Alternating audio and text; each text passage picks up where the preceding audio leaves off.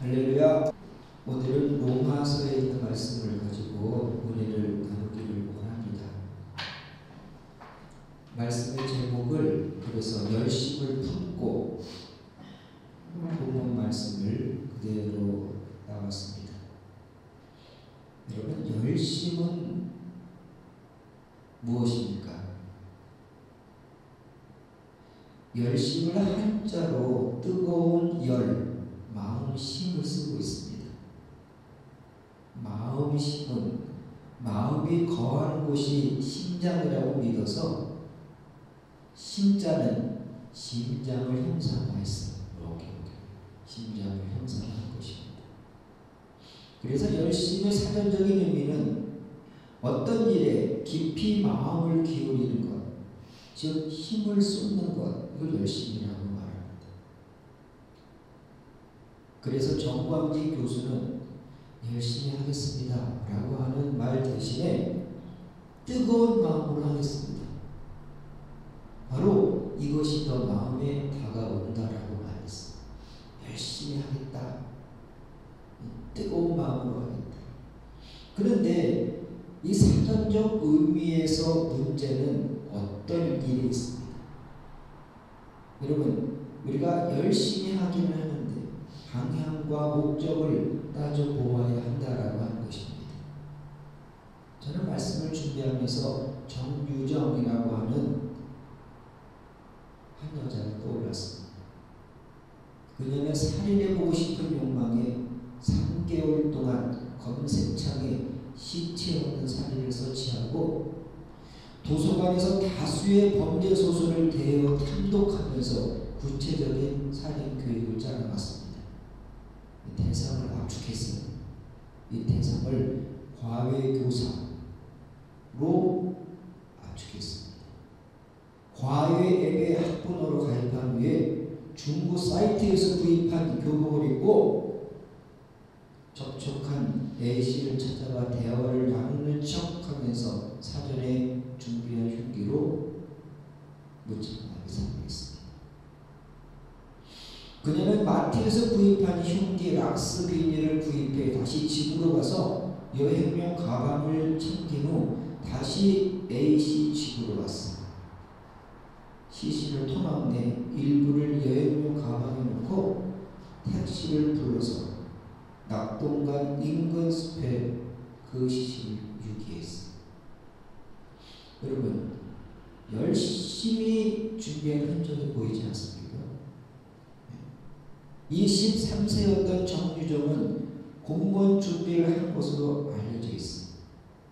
그런데 이수정 범죄심리학과 교수는 자신의 핸디캡을 극복하기 위한 수단으로 A씨의 정체성을 훔치려 한 것 같다라고 말했습니다. 신분 갈취를 목적으로 한 범행일 가능성이 있다라고 하는 것입니다. 며칠 전에 그녀는 무기징역을 선고받고 사회로부터 영구히 격리되었습니다. 열심히 한 그런 결과입니다. 호남특별연의 감리신학대학 83동문, 제 집사람 동문 모임이 진주에 있었습니다. 우리 교회가 진주교회니까 관심을 가지고 진주로 갔습니다. 그래서 진주는 진주성에서 의장을 깍지 낀 손으로 안고 난강에 투신한 그런 농계에 열심히 있는 곳이라는 걸 처음 알았습니다. 촉성로라고 하는 그런 것을 처음 알았습니다. 이 농계가 궁금했습니다. 그녀는 계산년 1593년에 김천일이 의병을 일으켜 진주성에서 왜군과 싸우다가 패하고 성은 함락되고 백성은 모두 죽게 되었습니다. 농계는 붕괴했습니다. 분단장을 곱게하고 촉성로 바위 아래에 서 있었습니다. 이를 본 외병들은 빠져들었죠. 넘칠대는 파도를 보고 감히 접근을 하지 못했는데 외장이 그녀에게 다가왔습니다. 농계가 아주 요염한 미소를 지으면서 그 외장을 탁 맞았습니다. 그리고 외장이 그녀의 허리를 잡으려고 하니까 낙지 있게 손으로 그를 움켜잡고 바로 뛰어들었어. 그런데 그녀는 이 일을 위해서 주변에 있는 이들에게 반지를 다 빌렸다. 손가락에 혹 빠질까봐 10손가락이 반지를 끼고 강으로 투신한 것입니다. 그런데 농개가 뛰어내린 바위 이름이 위험하다 해서 위암이었는데 이후에 의암, 의로운 바위로 불려졌다. 네? 위험한 바위가 무슨 바위로? 의로운 바위로 바뀌었다. 무척이나 열심히 했어. 두 여자가 무척이나 열심히 있다는 것을 보여주는데 두 사람의 삶의 궤적이 전혀 다르다라고 하는 것을 알 수 있습니다. 저는 그래서 성 어거스틴의 이 말을 제일 좋아합니다. 잘 살지 아니한다면 산다는 것이 무슨 의미가 있겠습니까? 그러나 또한 영원히 사는 것이 아니라면 그 잘 산다는 것이 또한 무슨 의미가 있겠습니까? 이해가 되시나요? 잘 살지 않는다면 산다는 게 의미가 없어요. 그런데 영원히 사는 것을 기대하고 살지 않는다면 그 이전에 잘 산다는 것도 의미가 없다. 이 크리스찬들은 그렇기 때문에 이터널 라이프, 영원한 삶을 기대고 그리고 그것을 소망하며 산다는 거기에 대한 희망과 기대가 없다면 신앙생활을 할 이유가 없다. 어거스틴을 하겠습니다. 영혼을 위한 삶. 그래서 반치로안의 시 가을이 긴 여운으로 다가왔습니다. 아주 짧아요. 벼는 온 힘을 다해 벽시로 들어간다. 참깨는 온 힘을 다해 깨알로 들어간다. 나는 온 힘을 다해 어디로 들어가나. 이 끝이에요. 저마다 자신의 목적을 위해서 열심을 했는데 나는 지금 무엇을 위해 열심히 하고 있나? 그렇게 시인은 우리들에게 방문하고 있는 것입니다. 오늘 말씀을 본다면 사도 바울은 열심히 방향을 제시하고 있습니다. 오늘 로마서 12장에 있는 그 말씀을 보면은 이렇게 말하고 있습니다. 9절이죠. 한번 읽어보겠습니다. 12장 9절 시작. 사람에는 거짓이 없다니 악을 미워하고 정에 속하라. 네. 여러분, 사람은 참일 때 가치와 의미를 부여할 수 있습니다. 참은 옳고 그름을 끝내 지켜내는 것입니다. 그 힘이 사람, 뜨거운 마음인 것입니다. 진주에서 목사님들과 식사를 하고 로봇 바리스타가 내려준 차를 마시면서 조금 애매한 모습으로 대화가 시작됐어요. 저는 처음 먹어봤네. 로봇이 바리스타예요. 다 누르면 걔가 이렇게 해줘요. 나이가 나이인 만큼 자연스럽게 은퇴 이후에 관한 이야기를 나누었습니다. 그런데 한 목사님이 얼마 전에 들은 경험담을 들려주었습니다. 아는 목사님이 교회에서 어려움이 있어서 교회를 옮겨야 했는데 마침 좋은 교회가 소개되었어요. 그런데 부임 조건이 은퇴 목사에게 2억 5천을 주는 것이었어요. 그래도 교회가 규모가 있으니까 덜컥 잡았어. 2억 5천 드리겠다. 물론 자기 교회 오는 일과도 무슨 거리가 있겠지. 그런데 그 시기가 1년 후였어요. 그분이 은퇴 연한이 1년 남았어요. 전화를 했습니다. 은퇴를 1년 먼저 해 주시면 안 되겠습니까? 그랬더니 그 목사님 하시는 말씀이 그럼 5천을 더 주시오.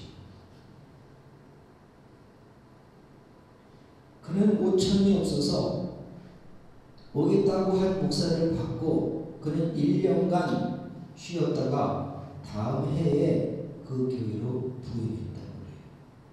그 목사의 마음이 바뀔까봐 일단 얼마를 주고 공증도 했다고. 저는 이 이야기를 들으면서 사단의 열심은 참 대단하다고 여겼습니다. 여러분, 평생 옳다고 목회하다가 은퇴할 때에 엎어버리는 수법은 여전히 돈, 세상의 신, 마음이기 때문인 것입니다. 목회 잘하고 그렇게 하다가 막판에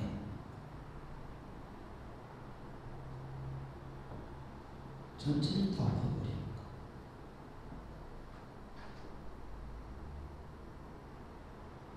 옆에 있는 목사님에게 오면서 들은 러빔의 승리라고 하는 그런 CC의 곡을 들려주었습니다. 우리가 이 시대를 살아나가는 것이 무엇이 승리인가라고 하는 것을 그 가사에 잘 포함시켜 놓았어요. 모임을 마치고 한 목사님의 카톡에 승리 찬양을 알려주신 최 목사님께 감사하다 이런 멘트를 남겼습니다. 여러분, 승리라고 하는 것은 뭘까요? 네? 승리는 끝을 보는 지혜예요. 아무리 잘 자는 싸움을 내 인생 가운데 살았다 하더라도 마지막 싸움에서 지면 아무 소용이 없어요. 그렇잖아요? 왕년의 신앙이라고 하는 것은 하나님 앞에 가서 아무 소용이 없다니까. 신앙은 지금 현재 시간을 우리들에게 요구한다는 것입니다. 알고 봤더니 승리라고 하는 이 찬양은 2015년에 강명식이라고 하는 뮤지션이 발표한 곡인데 이 노래 프로젝트로 이 러빔이라고 하는 이들이 리메이크한 것이었습니다. 이 가사를 찾아봤어요. 승리가 무엇인 줄 아는가? 승리가 무엇인 줄 아는가? 더 좋고 편한 가능성의 유혹을 저련히 잘라버리고 오직 주님만 따라가는 것, 바로 승리라네. 승리가 무엇인 줄 아는가? 승리가 무엇인 줄 아는가?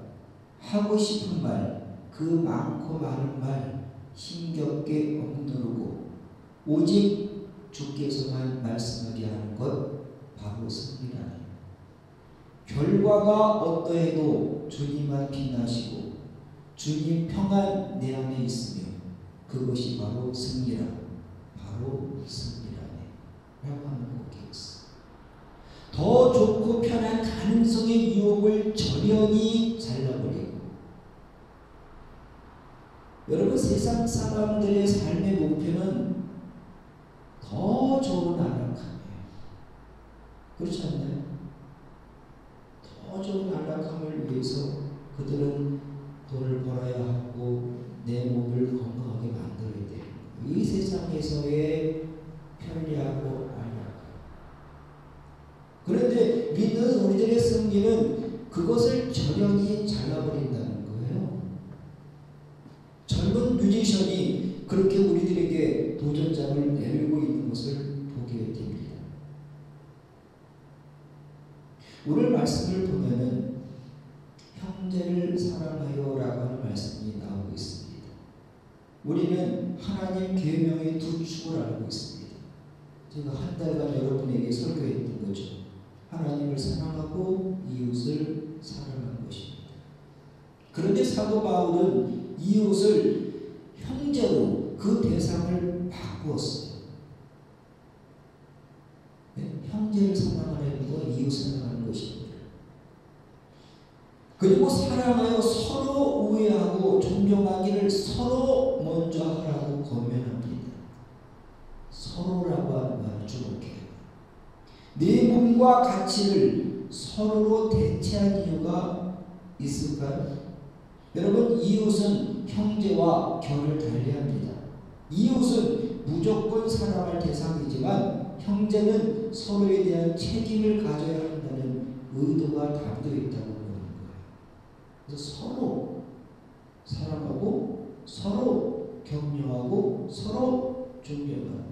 이 서로라고 하는 단어를 하고 있는 것을 보게 됩니다. 형제는 가족이에요. 이웃과는 다른 관계를 가지고 있기 때문입니다.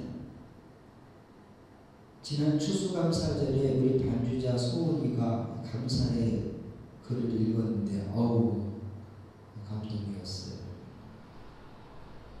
그런데 글 가운데 우리 교회가 약하고 오면은 재미도 없고 힘에 빠져서 솔직히 가고 싶지 않을 때도 있지만 그래도 발걸음을 옮기는 것은 가족이기 때문이구나 라고 하는 믿음을 가졌어요.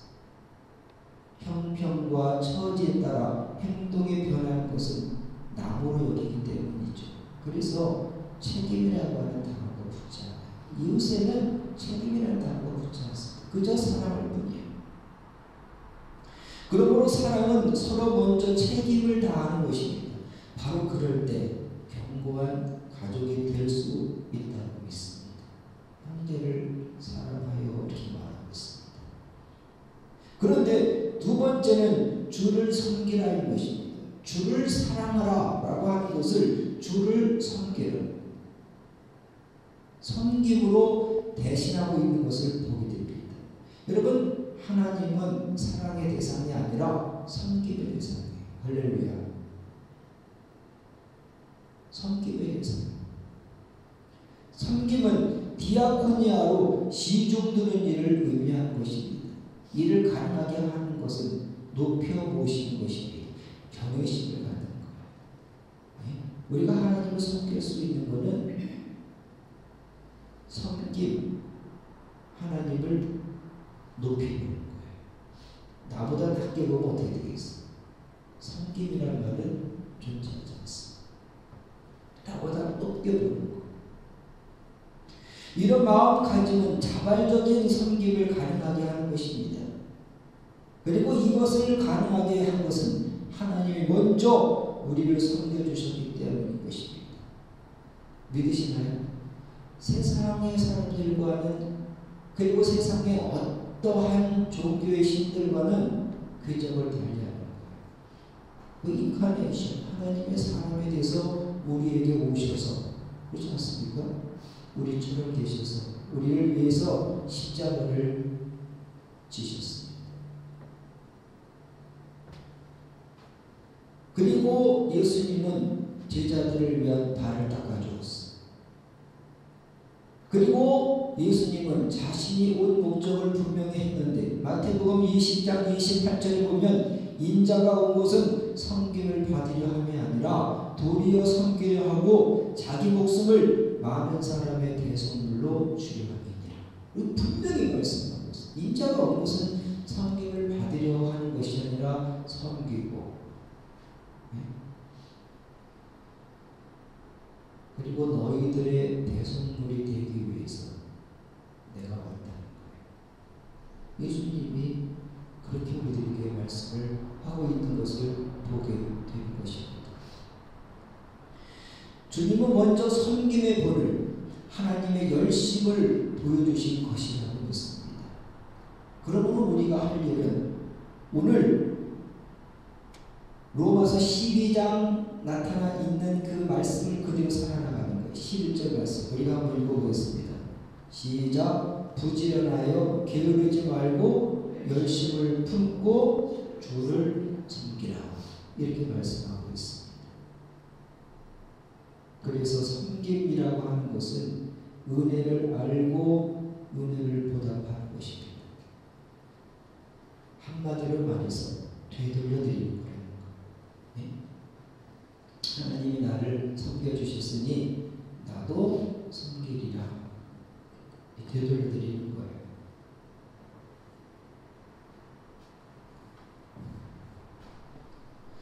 저는 오늘 열심을 품고라고 하는 말씀을 준비하다가 이 마가렛 미첼이라고 하는 분이 생각났습니다. 이 마가렛 미첼의 신문 기자를 하다가 사고가 나서 심하게 다리를 절게 됐어요. 이 기자가 발로 뛴다고 그러잖아요. 왜 다리를 접니까? 더 이상 기자 노릇을 하기가 어려웠습니다. 그래서 사표를 쓰고 그리고 내가 무엇을 할까 곰곰이 생각하다가 내가 기자로 글 쓰는 일을 했으니까 한번 소설을 써보자 결심을 하고 소설을 쓰기 시작했습니다. 쉽지가 않았죠. 소설을 공부한 사람이 아니니까. 그래서 여러 방면으로 공부하다가 10년 만에 소설 한 권을 마무리했습니다. 그리고 그 소설을 출판사에 보냈어요. 출판을 의뢰했는데 한 곳도 연락이 오지 않았습니다. 그녀는 마지막 심정으로 레이셀이라고 하는 출판사 사장을 찾아갔는데 만날 수가 없었어요. 여행을 떠난다는 거예요. 그래서 그녀가 여행하는 시간에 맞춰 기차역에 나가서 기차를 타는 사장에게 여행 중에 꼭 한 번만 읽어달라고 그 원고를 건넸습니다. 그리고 뭐 요즘처럼 컴퓨터 확 쳐가지고 사고에 나오는 게 아니라 그녀가 일일이 손으로 쓰는 원고예요. 거절되고 오고 거절되고 온 너덜너덜한 원고를 그러니까 그 사장이 마지못해서 그 원고를 받아서 가방에 넣었어요. 그런데 너무 일정이 바빠서 그 원고를 읽을 수가 없었습니다. 집에 오니까 정보가 하나 와 있었습니다. 원고를 한 번만 읽어주세요. 미치로부터. 그래도 바빴어.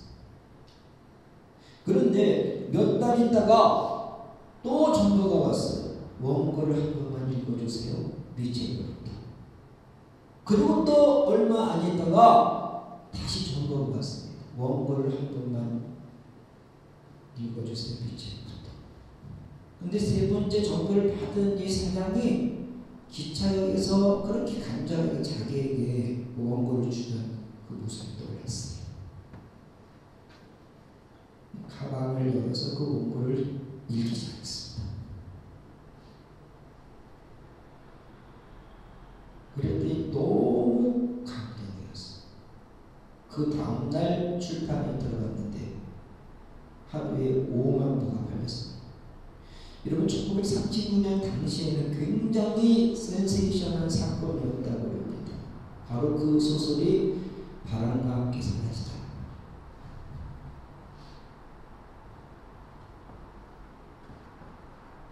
여러분 열심을 품으면 이루어질 것입니다.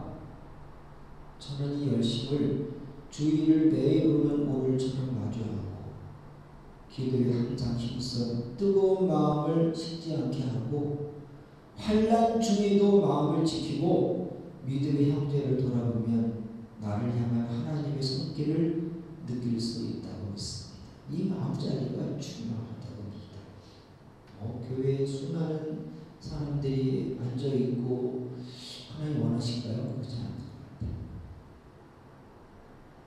우리들의 식구가 몇 명이든지 우리 모두가 다 뜨거운 마음, 열심을 품고 주를 섬기고자 같은 공동의 목표를 위해서 서로 노력하고